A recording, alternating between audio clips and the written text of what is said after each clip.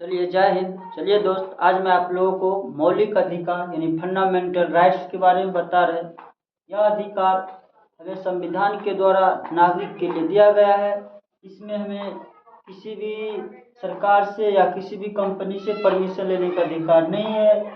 इसमें हमारे संविधान के द्वारा प्रत्येक नागरिक, जितने भी नागरिक हमारे भारत में जन्म लिया है और जन्म से लेकर मृत्यु तक के इसको हम पालन करते हैं। यह अधिकार हमें रक्षा के लिए दिया गया है। कह सकते हैं कहीं भी जा सकते हैं, कहीं भी रह सकते हैं।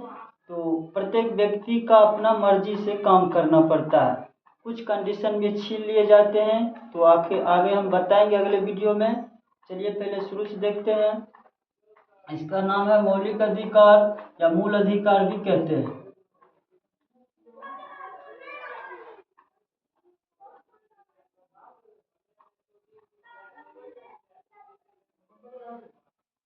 इसको इंग्लिश में कहते हैं फंडामेंटल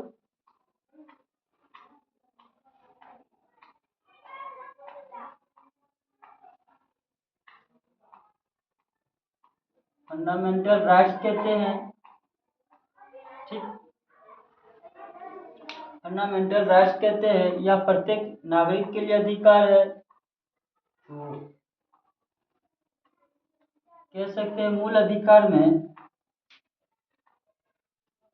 ये हमें दिया गया है संविधान में नागरिक के लिए, तो कैसे इससे पालन करना है। देख लीजिए, मूल अधिकार में आपसे पूछा जाएगा सबसे पहले मांग कब हुआ था। तो अब याद रखेंगे, इसका मांग हुआ था कराची अधिवेशन 1931 में। कराची अधिवेशन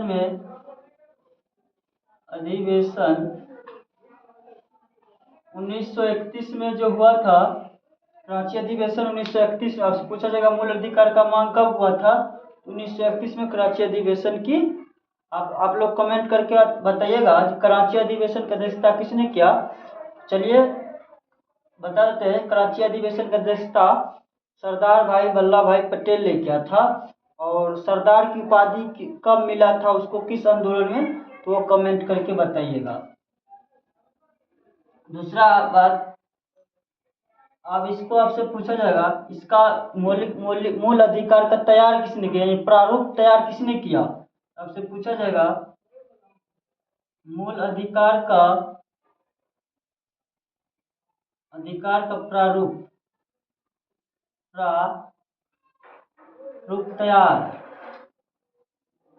तैयार किसने किया। याद रखेंगे पंडित जवाहरलाल नेहरू। हाँ दोस्त, पूछा जाएगा मूल अधिकार को प्रारूप तैयार किसने किया। जो देश के प्रथम प्रधानमंत्री थे पंडित जवाहरलाल नेहरू। ठीक, जवाहरलाल, याद रखेंगे जवाहरलाल नेहरू इसने तैयार किया। जवाहरलाल नेहरू, पंडित जवाहरलाल नेहरू। तो आशा करते हैं 2 पॉइंट समझ में आ गया। अब देखिए, चलते हैं सिलेबस की ओर।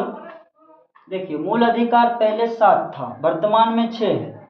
आपको सुने होंगे संपत्ति का अधिकार जो 7 था आर्टिकल 31 में, और इसको पेश कर सकते हैं 44वें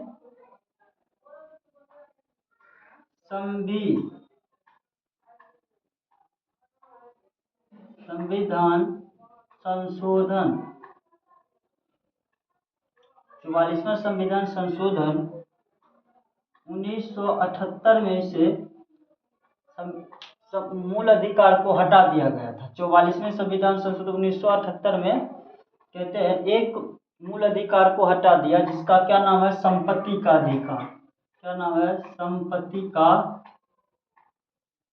अधिकार। इसको हटा दिया गया। ठीक, अब इसको कहाँ दे आया है, इसको दे आया आर्टिकल 300 के ए में दे आया है। ठीक, संपत्ति का अधिकार। और ये पहले अनुच्छेद किस में था, पहले 31 में था।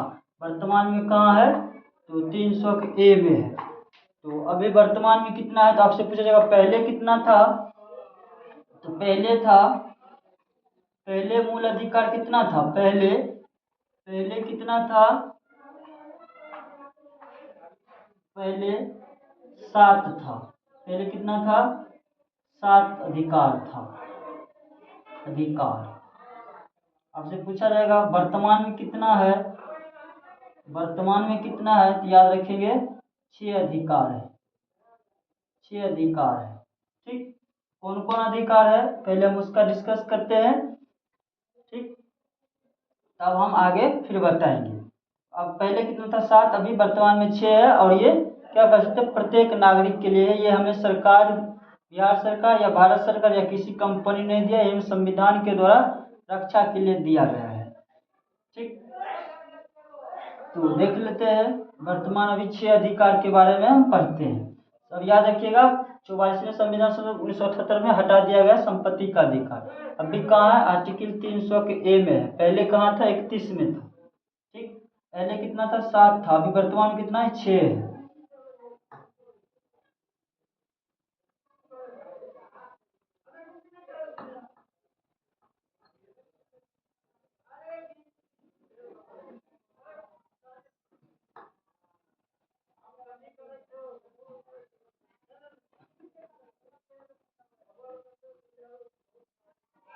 ये काफी इम्पोर्टेंट टॉपिक है, इसको याद रखिएगा।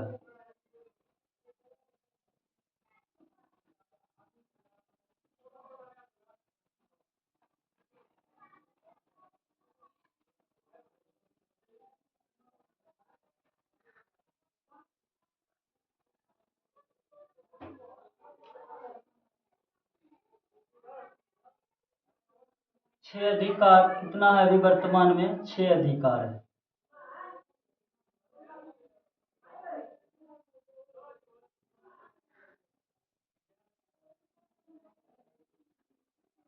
तो पहला अधिकार देख लेते हैं। ये थोड़ा पॉइंट बेसिक ये याद रखिए, आपसे पूछा जाएगा मूल अधिकार किस आर्टिकल से कहाँ तक है।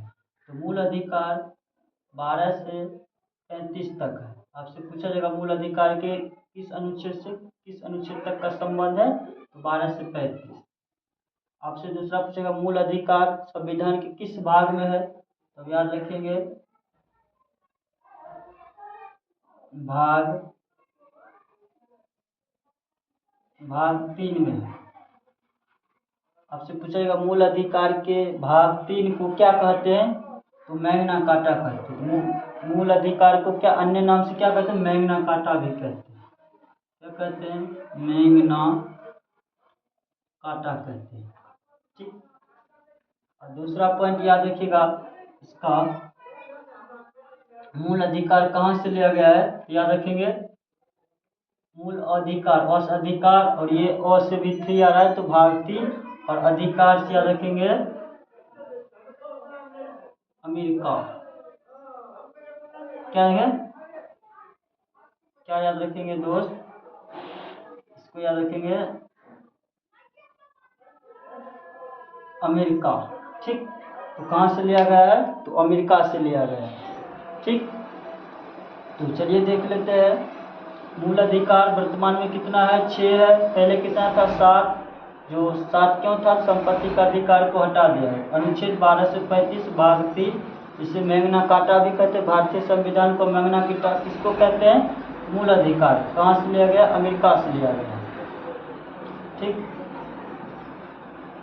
दूसरा पॉइंट देख लेते हैं।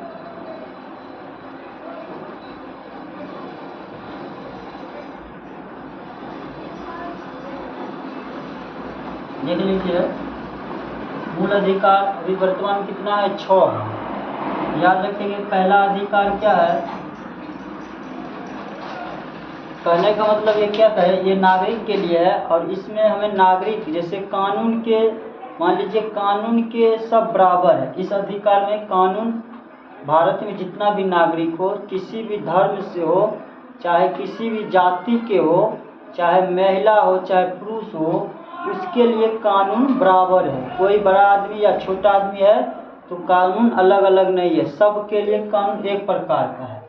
तो आपसे पहला अधिकार में क्या है? उसी नागरिक से ही रिलेटेड है सारी बात। तो देख लीजिए मूल अधिकार में पहला क्या है?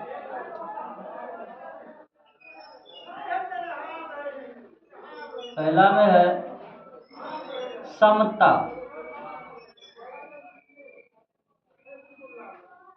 समता का अधिकार, समता, समता, समानता या समता कह सकते हैं।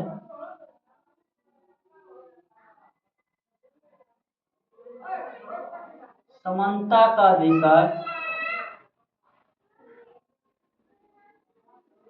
अधिकार आपसे पूछा गया समानता का अधिकार कहाँ पे है, तो याद रखेंगे 14 से, आर्टिकल 14 से 18 में आपसे पूछा जाएगा समता का अधिकार या समानता का अधिकार कहाँ, किस आर्टिकल से किस तक है, तो आर्टिकल 14 से। मूल अधिकार कितना है, 6। पहला कौन था, समता का अधिकार। दूसरा है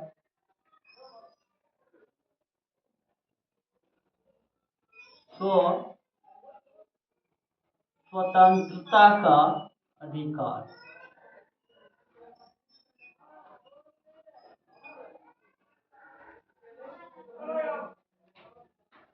स्वतंत्रता का अधिकार 19 से 22 है। कितना है, 6, कितना हो गया, 2। स्वतंत्रता का अधिकार 19 से 22। तीसरा है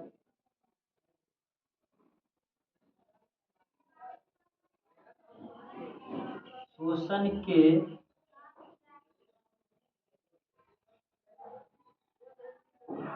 विरुद्ध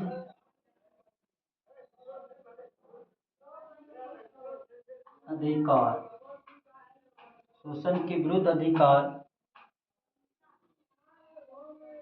23 से 24 है। तो शोषण के विरुद्ध सबको हम एक एक बारे में अगले वीडियो में हम बताएंगे। ठीक, पहले हम समता का अधिकार देखेंगे, फिर स्वतंत्रता, शोषण के विरुद्ध अधिकार। और देखते हैं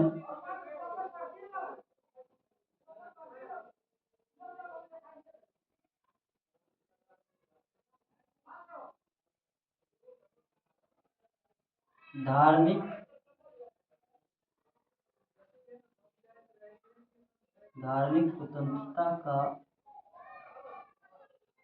अधिकार।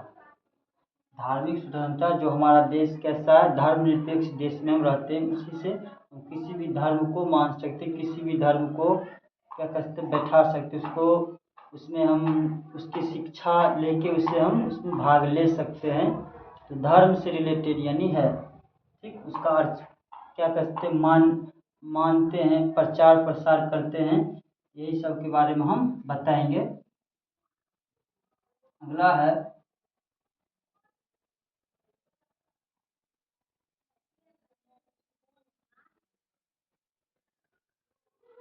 शिक्षा एवं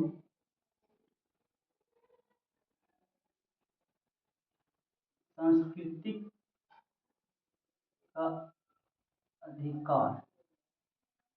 शिक्षा और सांस्कृतिक, अल्पसंख्यकों के बारे में हम बात करेंगे। अल्पसंख्यकों को जो कई संसाधन होते हैं उपयोग के लिए, जैसे रेलवे में अल्पसंख्यकों को देखते हैं अलग डब्बा रहता है, स्कूल के लिए अल्पसंख्यकों को अलग कॉलेज रहता है, अलग पढ़ाने की व्यवस्था रहती है। उसी को शिक्षा एवं सांस्कृतिक का अधिकार आगे डिस्कस करेंगे। छठा है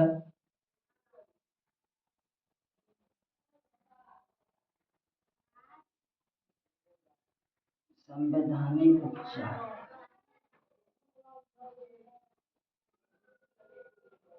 का अधिकार।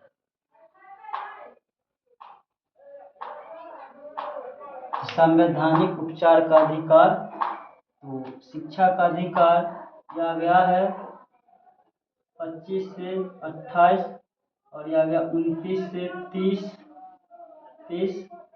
और यह आ गया है 30 से 30, और यह आ गया है सीधा 32। क्या है, सीधा 31 हम बता दिए थे, संपत्ति का अधिकार था वो हट गया है, सीधा आ गया है 32। ठीक, तो चलिए देख लिए कितना अधिकार थे, कुल 6, 1 2 3 4 5 6। तो अभी वर्तमान में मूल अधिकार कितना है, 6 है। तो ठीक, तो पहले हम किसको डिस्कस करेंगे? समानता का अधिकार को हम डिस्कस करते हैं। चलिए देखते हैं समानता में, यानी कानून, कानून के बारे में हम पहले में पढ़ेंगे। कानून के अंदर किस रहता है, किस जाति को मानना है, किसका छुआछूत से रिलेटेड को पढ़ना है। ठीक, चलिए देखते हैं समानता का अधिकार पहला, एक एक के बारे में हम पढ़ेंगे। पहले देखते हैं समानता का अधिकार भी क्या है।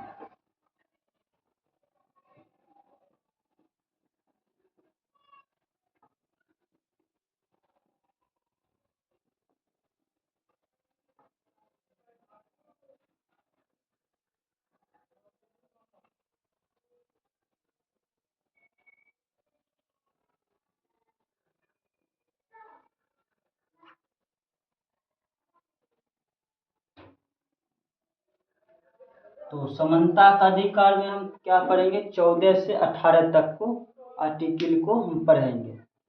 ठीक, देखते हैं एक एक आर्टिकल 14 से 18 तक में। आशा करते हैं समझ में आए होंगे, और अगर अच्छा लगे तो लाइक शेयर कमेंट कीजिएगा ताकि हम और आगे वीडियो बना सकें। तो चलिए देख लेते हैं।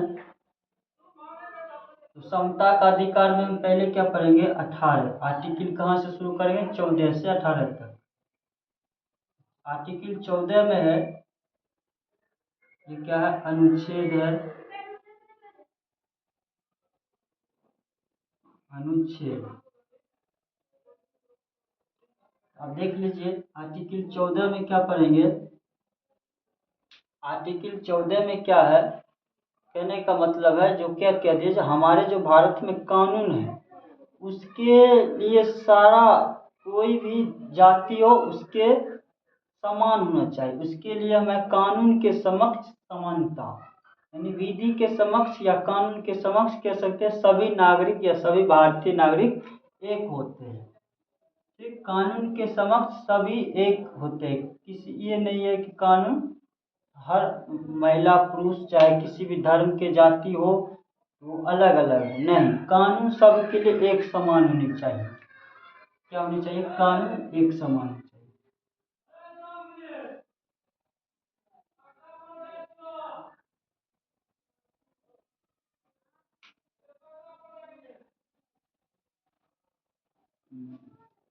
सॉरी फ्रेंड, कुछ देर के बाद हम आपको बताएंगे।